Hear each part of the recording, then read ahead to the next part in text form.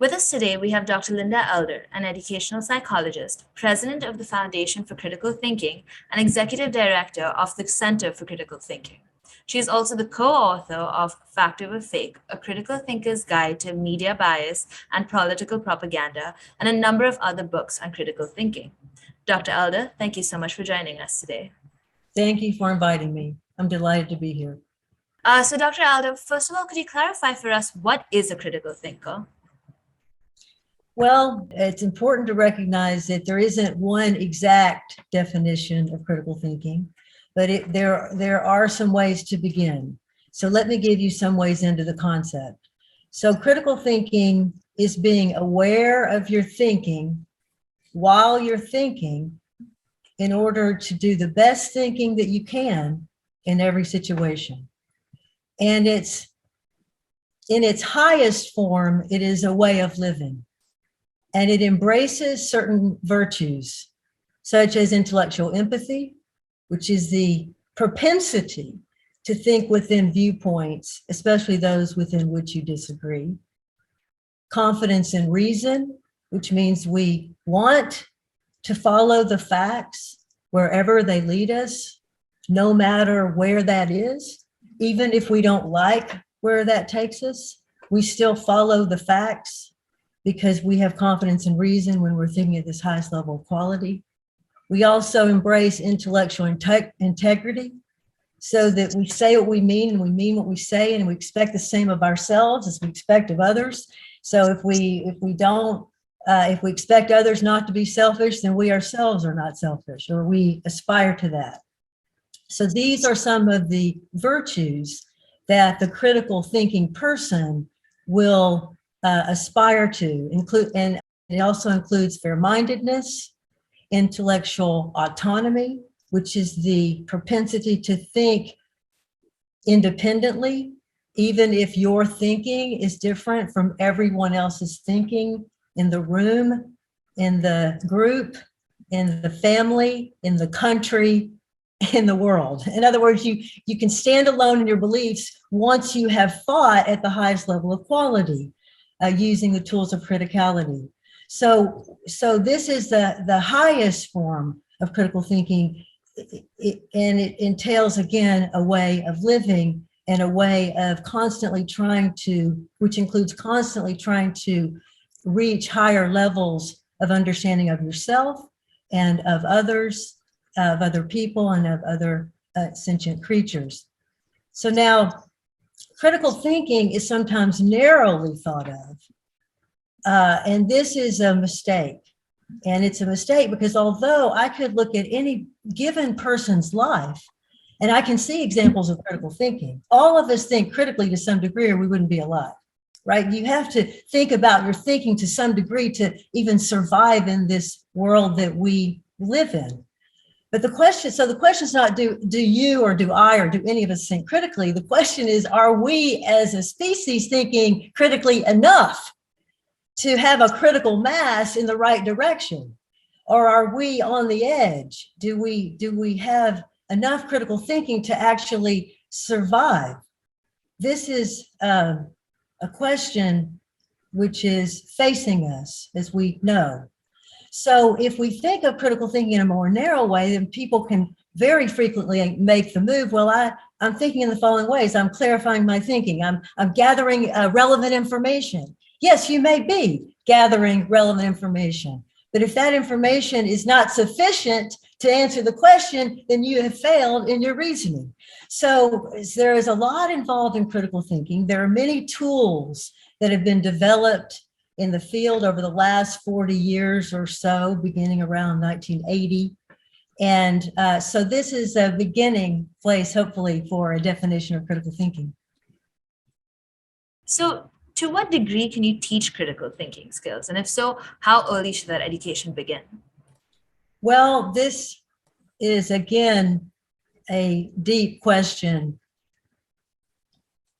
We have the theory and we have the reality.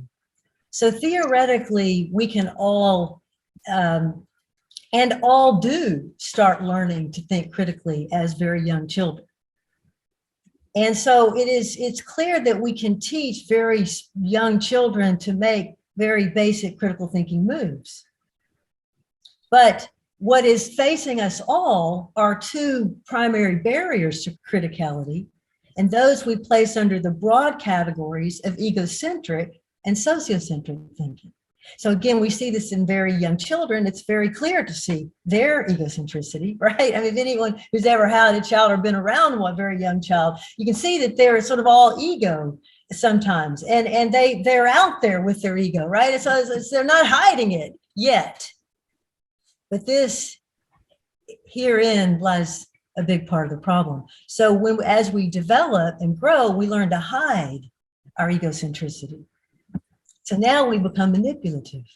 And now we learn to justify all of our beliefs under this way of thinking called intellectual arrogance. And all of us engage in it, every human being. It's a question of degree. It's a question of when, how, why, and what your purposes are. So we are naturally self-deceived animals. We don't learn to be self-deceived. No one teaches us that. It's a mechanism of the mind that we use for survival, and also it turns against us. And then we have the other huge part of phenomenon, which is sociocentric thinking. And this is a very serious problem with our immediate topic today, propaganda, which is that people like to be validated at all levels of society. We seem to need to be validated in a kind of pathological way. And now, and when I say that, what I mean is that being social seems to be an inherent part of us.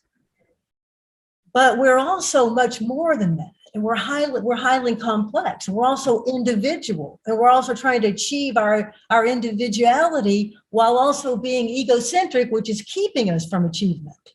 Even though it may feel like it's helping us, it's actually harming us. So we have all of these variables occurring within the unconscious mind. We remember Freud in certain ways, we distort Freud in certain ways, but we forget his most important contributions sometimes. And one of them is the focus on the understanding of the illumination of the unconscious mind. So if you don't have that in your definition of critical thinking, then you're also not going to have a rich definition. So can we teach critical thinking? Yes. Will it be internalized by the individual human? That is a question that we cannot answer. And it lies at the heart of the question, is it nature or is it nurture? You see, because you bring your personality, your tendencies, your will or your lack of will to the teaching moment. And I or any other person may be the best teacher in the world, but if you're not open to that learning, then how in the world can you be taught? And you've got a very powerful ego telling you already know the way, the truth, and the light, you see, then how can anyone teach you? So this leads to the will. Why is it that some people achieve? So we have Martin Luther King, and we have Nelson Mandela, and we have many other great thinkers, Jane Goodall. Why are these people able to achieve something very significant while the rest seem to be following the crowd? So can it be taught? Can critical thinking be taught? Theoretically, yes. Has it ever been taught broadly in human societies? Not to my knowledge, at any historical point. Critical thinking has always contained a very narrow part of human societies, but it has always been there. And so we can go back to Socrates 2,400 years ago or so. And what was Socrates doing? He was teaching critical thinking and ethics. And he was saying, if you're not also fair, then you don't have a reasonable conception of how to live. Now, he didn't call it critical thinking, but we don't have to use the term to have the phenomenon. And the phenomenon is what we're looking for, not people using the words. So now in 1980, almost no one had heard of critical thinking unless you were a specialized academician. Now the word is floating around like democracy and apple pie and motherhood. But what is it? Stand on a street corner and do this study, and then you can turn it in for a dissertation or a master's degree. So ask, do you think critically to every person who walks by, and what do you think they'll say? Well, yes, or I hope so, or something like that. Well, then what is critical thinking? And then you will hear a great pause, and you will see some red faces where people are blushing, and you will be seeing people being very uncomfortable because suddenly they realize they don't know what it is. So let me see if I get this right. You know what it is, but you're engaging in it, but you don't know what it is. So this is the norm in human societies. So everyone wants critical thinking, yes, of course, for their neighbor, because they themselves are the critical thinkers. At the right, at the left, everywhere in between the political spectrum, and in every other part of human life. People think I'm the one who thinks correctly. Doesn't that make sense? Because if you think the thoughts, then you think they're correct. So now we're carrying around these thoughts, however distorted they may be, and then we're being validated by other people who also are carrying those same pathological thoughts, and see, we've got it covered. Now we've got millions who believe like us. And then you have very terrible things happening. So yes, we can teach it. Are we capable of learning it? That is a question that remains to be seen. Okay, are there any key successes that you're seeing or you have seen in the last few years when it comes to addressing this issue? You're asking me for something positive. I think that the most positive thing that I have seen, let me just say one positive thing that I've seen in the last, let's say in the history of critical thinking, is that critical thinking, to the degree that it is taking root, which is still a very, very small degree, but to the degree that it is, it's tending to be an international movement. And so it's not, in other words, I'm seeing people able to connect across the world, trying to use their critical thinking abilities to solve the problems that we face. But you see, you could take any advocacy role that is admirable, any advocacy group that's doing important work. And I would say this, if we first learned critical thinking, we could do all of those things better. And some of them we wouldn't even need to do because we'd have it covered through our critical thinking. Do you see? So what we've got to do is focus on the foundations. And so I think that this is a positive trend that we're seeing more people internationally coming to the work. And it may be that the fact that the term is being more widely used, although often superficially, that the very use of the term will drive some people to ask, but what is critical thinking? And unfortunately, many people there don't realize that there is scholarship in critical thinking that we can count on that's been developing through the past 4 decades or more. And one of the reasons why this is not happening is because critical thinking is not recognized as a bona fide field of academic study. And until then, you see, it's going to be sort of owned and operated by other fields according to their agendas and their philosophies. And we're going to see a lot of partial notions. But some of those partial notions can add up. So I think that some people see that it is our thinking that we have to improve.